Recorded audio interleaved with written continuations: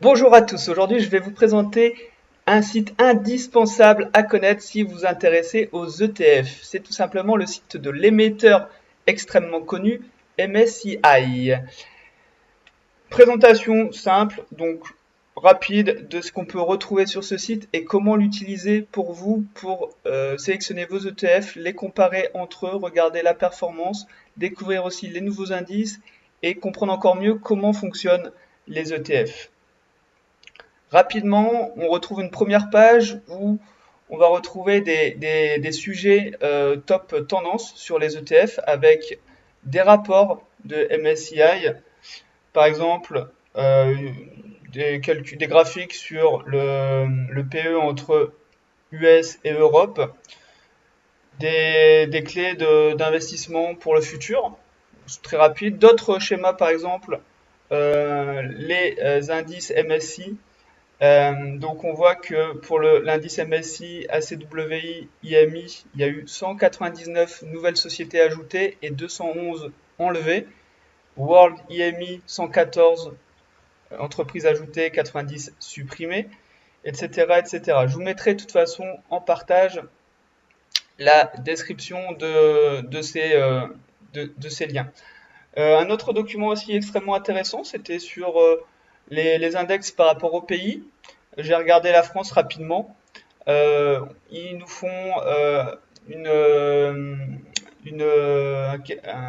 comparaison par rapport à des indices qui s'appellent France Value, France Momentum, France simplement, France Gross, etc., etc. On a un comparatif très visuel, très rapide. Également le risque par rapport à ces indices. Des schémas pour voir quels sont les ETF avec le meilleur momentum.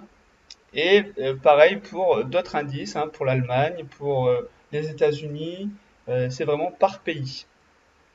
Et je pense ce qui va vous intéresser le plus, c'est cette option-là, ce tableau de recherche, de filtre. Donc, on va pouvoir filtrer les ETF enfin non, les indices de MSCI, mais souvent il y a des ETF qui sont liés à ces indices, hein. Donc, on va pouvoir filtrer par entreprise, par fixed income, c'est tout ce qui est bon du trésor, obligations, equity hedge, donc c'est des entreprises mais hedgées avec des monnaies locales, pas forcément de l'euro, mais par exemple hedgées aussi en dollars australiens pour les Australiens. Et ensuite, donc si je reste dans equity, on va avoir plusieurs catégories. Donc, euh, des indices par market cap, par facteur, par thématique, climat, etc. On peut regarder, filtrer aussi par market cap, all par exemple, ou large cap, middle cap, voilà, market. Sur quel type de marché on veut s'exposer? Les marchés développés, vous savez, ce sont les pays qui sont considérés comme développés et les pays aussi qui sont considérés émergents. Attention à bien regarder. Par exemple, la Chine est considérée comme un pays émergent pour MSCI. Par région, Amérique, Europe, etc., Asie. Donc j'ai décidé d'ouvrir plusieurs ETF que vous connaissez tous, le MSCI World. Donc, rapide résumé, euh, il va représenter les large et mid cap, donc les grandes et moyennes entreprises des pays développés. Ça va correspondre environ à 85% des free floating, donc des capitalisations en fait mondiales. Avec cet ETF, vous allez pouvoir vous exposer à 85% de la market cap mondiale. Ça ne veut pas dire 85% des entreprises, hein, parce qu'on est sur nombre de constituants 1320 à peu près dans cet indice. Justement, le profil, donc on a le détail, le dividende, le PE, intéressant à comparer, hein, on est quand même sur des valeurs extrêmement élevées en ce moment. Euh, L'index market cap, la plus grosse entreprise en market cap, donc en ce moment c'est Nvidia quand je tourne cette vidéo. Ensuite, performance, ce qui est intéressant, c'est qu'on peut jongler et voir assez facilement la performance sur 3, 5 ans, etc., 10 ans. On peut également sélectionner une période euh, définie par vous. Alors attention, quand vous utilisez les par défaut 1, 3, 5 et 10 ans, en fait, ça sera pas exactement 5 ans, parce qu'on va partir là du 29 janvier 2021 jusqu'au 31 décembre 2025. Donc c'est pas 5 ans exactement. Euh, donc c'est plutôt 4 ans en fait. Et 2, 3, 4. Ouais, c'est plutôt 4 ans. Donc attention un petit peu à cette valeur-là qui va être différente du coup par rapport à d'autres sites. Ce qui est excellent, c'est qu'on peut comparer en fait directement avec d'autres ETF. Donc je vais prendre le MSCI USA Index qui est similaire au S&P 500. Un S&P, c'est pour Standard Poor's. C'est une autre société qui crée des indices et c'est celui qui est le plus connu, mais le MSCI USA est exactement le même. Et donc, on va pouvoir voir en fait facilement la comparaison. Intéressant aussi de comparer en fait la valeur, donc price, c'est la valeur sans dividende et sans impôt.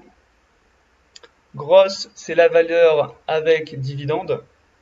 Je vous conseille de toujours regarder avec l'indice grosse parce qu'il faut prendre en compte les dividendes réinvestis. Et net, c'est avec dividende et après impôt. Alors celui-là, il est un peu particulier parce que pour moi, l'imposition est différente aussi par rapport à chaque pays. Donc, je ne sais pas comment est réellement calculé le net pour moi en tant qu'utilisateur français de ce site MSCI. On peut comparer avec vraiment jusqu'à 5